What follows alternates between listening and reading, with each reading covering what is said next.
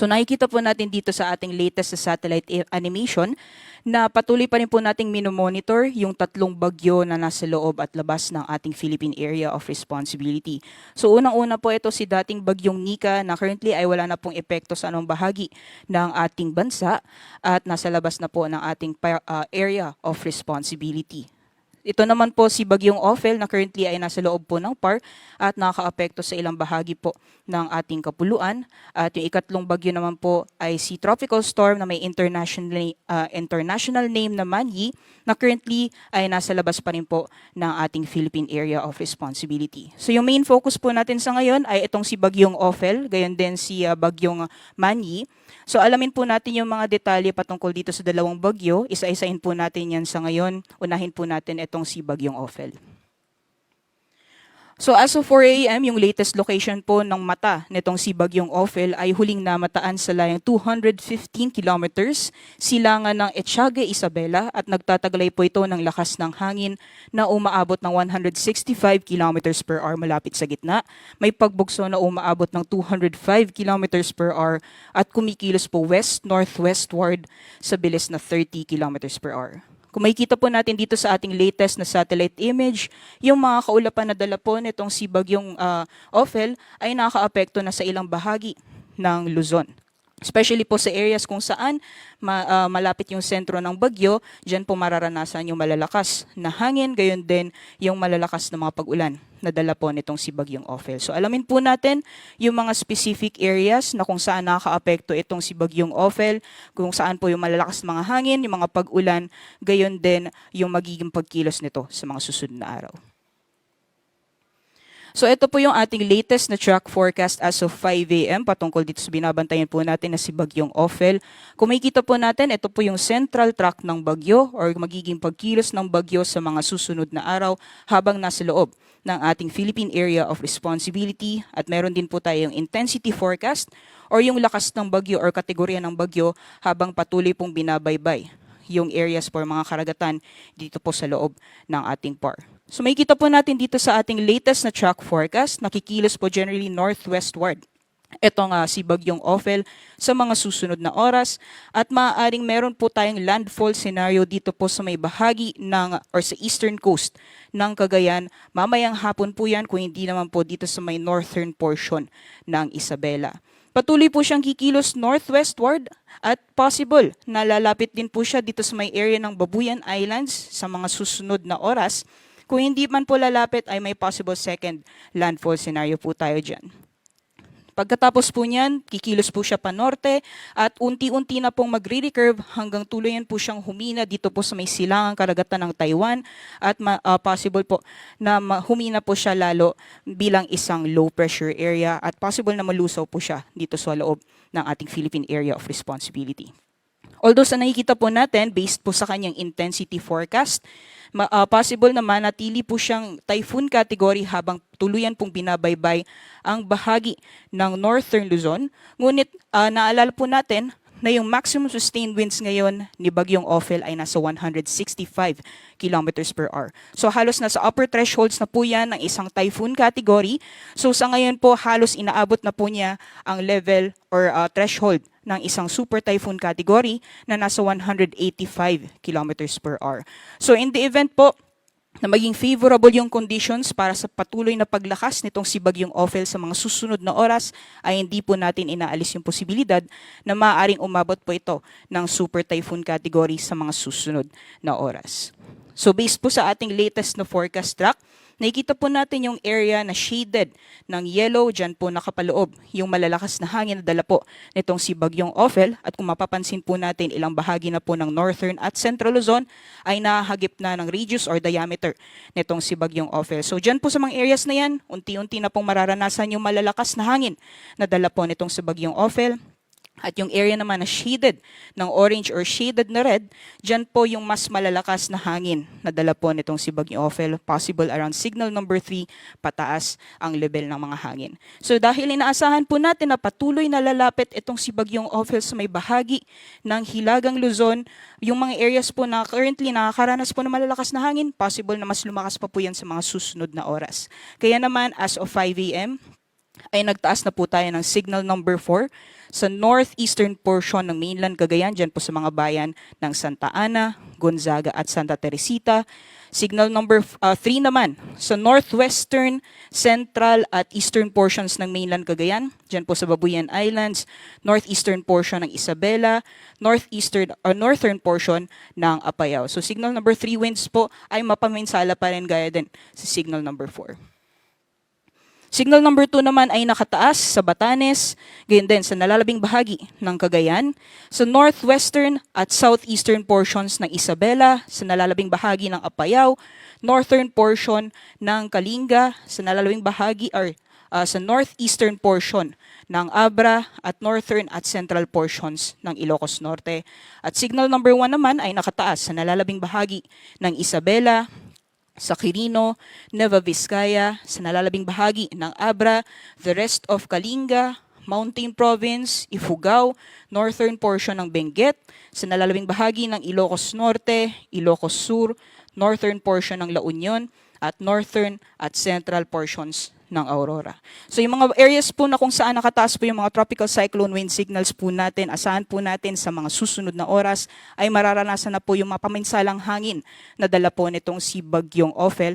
Especially po dahil inaasahan po natin dahil hindi natin inaalis yung posibilidad na maaaring mag-upgrade pa po tayo into a super typhoon category, hindi po naalis yung possibility na mas tumaas pa or yung highest wind signal po na itaas natin sa mga susunod na oras ay signal number 5, especially po sa areas na kung saan pinakamalapit yung sentro ng bagyo. So as much as possible, paghandaan po yan dahil ngayong araw po, yung peak ng epekto nitong si Bagyong Ophel, especially po sa areas ng Hilagang Luzon.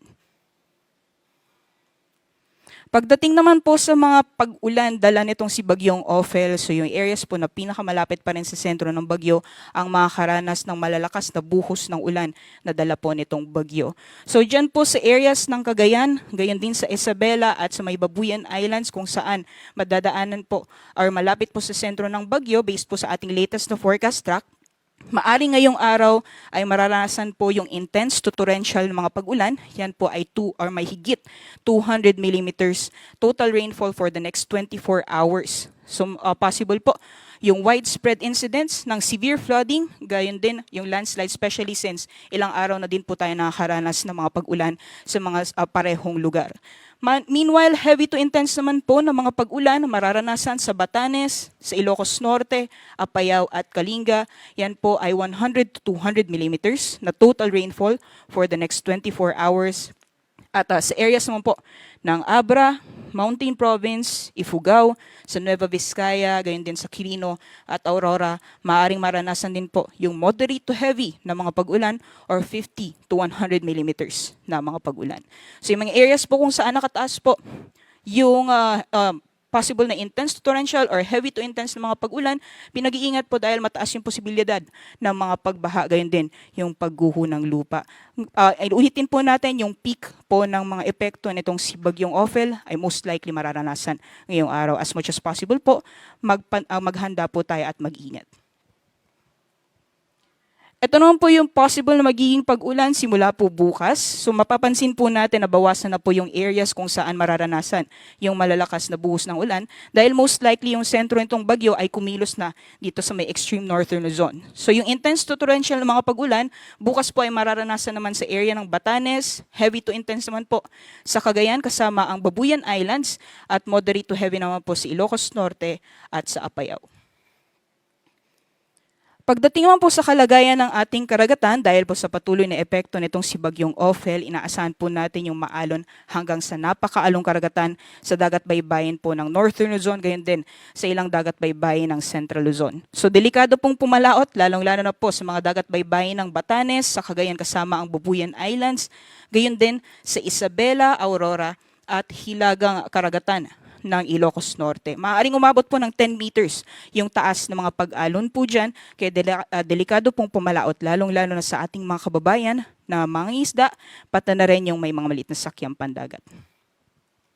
And besides po yung areas kung saan nakataas po yung gale warning po natin, magiging maalon din po yung karagatan sa ilang dagat baybayin ng Luzon. So maaaring umabot po ng 3.5 meters yung taas ng mga pag-alon sa mga dagat baybayin po ng Aurora, sa may Quezon at Pulilio Islands, gayon din sa Ilocos Norte. At maaaring umabot naman po ng 3 meters sa mga dagat baybayin po ng Catanduanes, gayon din sa may Camarines Provinces. So iba yung pag-iingat po, lalong-lalo na sa mga planong pumalaot sa mga nasabing dagat baybayin.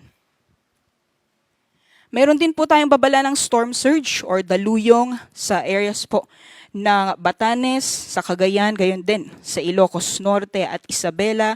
Ibig sabihin po nito, yung level po ng karagatan dyan sa areas po na yan ay maaaring umabot mula or tumaas mula 2.1 hanggang 3 meters at 1 to 2 meters naman po sa may Aurora at sa Ilocos Norte, gayon din sa Ilocos Sur. So ingat po sa ating mga kabayan, lalong-lalo na sa mga areas kung saan malapit po sa dalampasigan. So dako naman po tayo sa latest na update sa binabantayan po natin na bagyo na nasa labas po ng ating Philippine Area of Responsibility na si Tropical Storm na may international name na Mani. So yung latest location niya po as of 3 a.m. ay nasa 1,480 kilometers silangan ng Eastern Visayas. At nagtataglay po ito ng lakas ng hangin na umaabot ng 85 kilometers per hour malapit sa gitna. May pagbugso na umaabot ng 105 kilometers per hour at kumikilos po pakanluran or westward sa bilis na 30 kilometers per hour. Sa ngayon po, wala pa po itong direktang epekto si Bagyong Mani sa anong bahagi po ng ating bansa. Kung makikita po natin dito sa ating latest satellite animation. Ngunit inaasahan po natin na mabilis po siyang lalapit sa ating kalupaan sa mga susunod na araw. Possible po na maramdaman po natin yung epekto niya this coming Friday evening or sa darating na weekend. So as much as possible po ay paghandaan na po natin yung paparating na bagyo. So alamin po natin yung magiging pagkilos po nitong bagyo at yung mga areas na posibleng maapektuhan nitong papasok na si Bagyong Mani. So ito po yung latest na track forecast. As of 11 p.m. po ito. So based po sa kanyang track ay kikilos po generally westward itong si Bagyong Mani at maaaring pumasok po ng ating Philippine Area of Responsibility mamayang gabi po yan at bibigyan po natin ng local name na si Pepito. So itong si Bagyong Pepito habang patuloy pong lumalapit sa ating kalupaan ay patuloy po siyang lalakas at maaaring umabot po ng typhoon category mamayang gabi po or bukas ng madaling araw. So kita po natin dito sa ating central track na may landfall scenario po tayo sa may bahagi ng Bicol Region, possible po this coming weekend at babaybayin niya po yung bahagi ng Southern Luzon sa darating na weekend, sa darating na Sunday po yan. So ngayon nakikita po natin na dahil nasa karagatan pa rin po itong si Bagyong Mani, ay hindi po natin inaalis yung possibility ng isang rapid intensification or mabilis na paglakas nitong bagyo. So in the event po na maging favorable yung conditions para dito kay Bagyong Pepito, ay hindi po natin inaalis yung possibility na maaring umabot po siya ng super typhoon category. So as much as possible po, paghandaan na po natin yung posibleng pagdating nitong bagyo sa mga susunod na araw.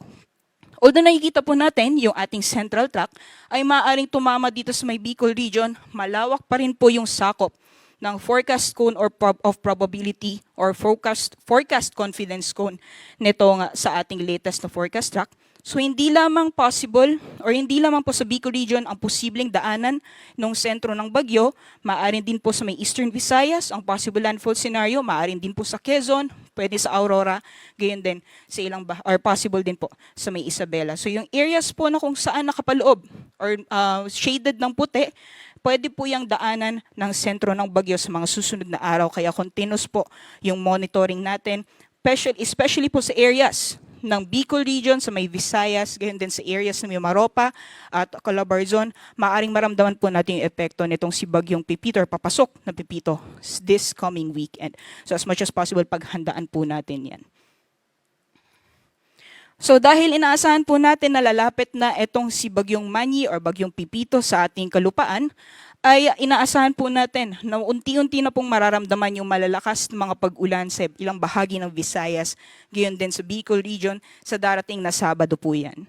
Maaring maranasan po yung heavy to intense na mga pag-ulan sa Northern Samar At pagdating naman po sa Catanduanes, Albay, Sorsogon, gayon din sa Samar at Eastern Samar, possible po ang moderate to heavy na mga pag-ulan. So as much as possible po, kung low-lying areas po or hazard-prone yung ating mga areas, ay mag-ingat po sa mga posibilidad ng pagbaha o pagguho ng lupa.